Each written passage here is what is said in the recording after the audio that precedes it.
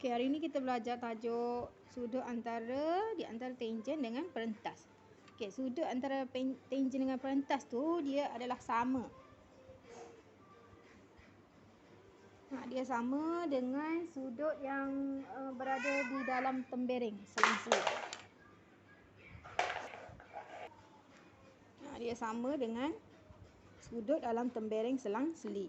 Kat mana kawasan dia? Kita tengok gambar rajah ni.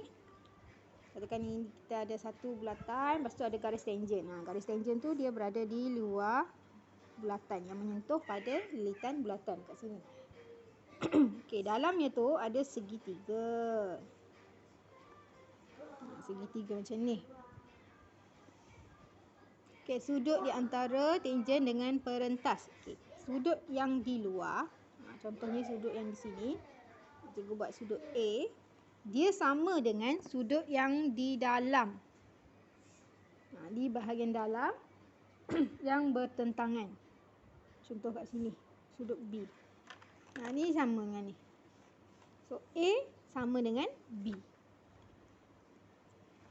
Ataupun kalau dia ada sudut yang di luar bahagian ni, katakan C. Kat dalam ni E. Jadi, C sama dengan E. Macam tu. Sudut ni sama dengan yang ni. C sama dengan yang ni. Tak kira lah dia punya garis tangent tu duduk di bahagian mana. Sudut yang dibucu di luar segitiga sama dengan bahagian bertentangan dengan dia. Yang di dalam. Itu maksudnya sudut bahagian luar sama dengan bahagian dalam. Ini pasangan dia lah. A sama dengan B. Boleh? Okey, contoh lain. Okey, mana pasangan sudut? Pasangan sudut yang sama. Contoh kalau sudut, ni simbol sudut sudut E F EFL sama dengan sudut yang mana? EFL tu kat mana?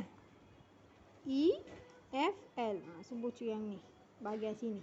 Sini, kalau sini sama dengan sudut mana? Bahagian mana? Dia bertentangan dengan apa? Dekat sini.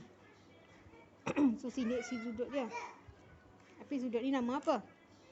Kalau kita nak tulis sudut, ni simbol sudut F. Tengok huruf F, M, L.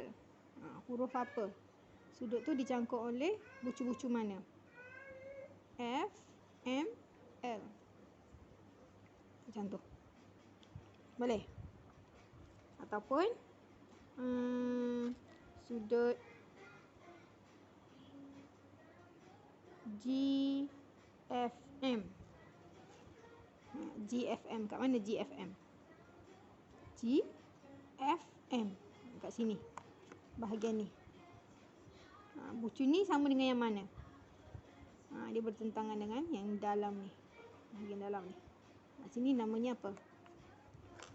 Sudut F, F, L, M. Okey, boleh. Ataupun kalau nak tulis MLF pun boleh. MLF ataupun LFLM. Okey, ni untuk kenal pasti mana pasangan sudut yang sama. Dia sama bahagian dalam yang bertentangan dengan di luar. Ini sama dengan yang ni, ini sama dengan yang ni. Okey, boleh. Jadi, aku tunjuk untuk contoh yang melibatkan penyelesaian masalah. Kita nak cari nilai sudut. Kita tengok soalan ni. Diberi ABC ialah tangent kepada bulatan. Ni garis ABC. Kita cari nilai X dan nilai Y. Okey, X berada di bahagian luar. Sama dengan sudut mana? Sudut 62.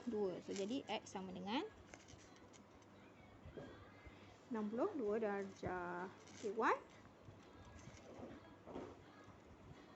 Y kat sini sama dengan sudut yang ni 75 darjah. Kita tengok soalan satu lagi. Kita tentukan nilai X. Kejap ya. Okay, X. Okay, X kat sini. Okay, cuba perhatikan yang soalan yang ni, dia melibatkan sisi 4 kitaran. Sisi 4 kitaran. Sisi 4 kitaran. Macam mana sisi 4 kitaran? Lupa dah.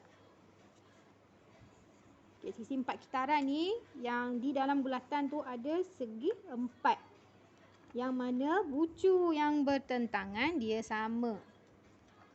Ni sama dengan yang ni, ataupun bucu bertentangan yang sebelah sini sama dengan yang ni. Ini cikgu ingat balik. Bahas kembali apa yang kita dah belajar sebelum ni. Ini untuk sisi 4 kitaran. Bucu yang bertentangan dia sama. Sini sama dengan yang ni. Bukan sama, sorry. Ya Allah, hai. Bukan sama Dia hasil tambah. Hasil tambah dapat 180. Hasil tambah sudut yang bertentangan tu dapat 180.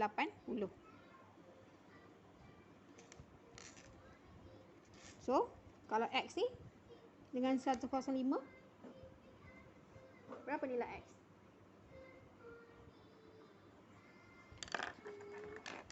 Dia dua ni kalau tambah kita dapat 180. Jadi nak tahu X, dah diberi dah bucu yang bertentangan.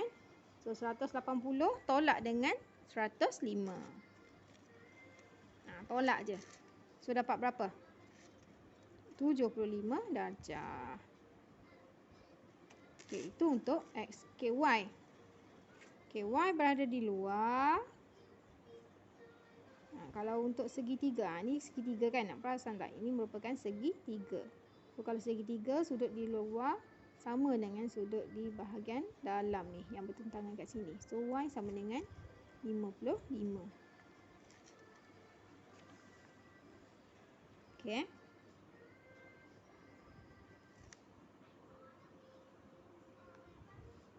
Itu saja untuk hari ini.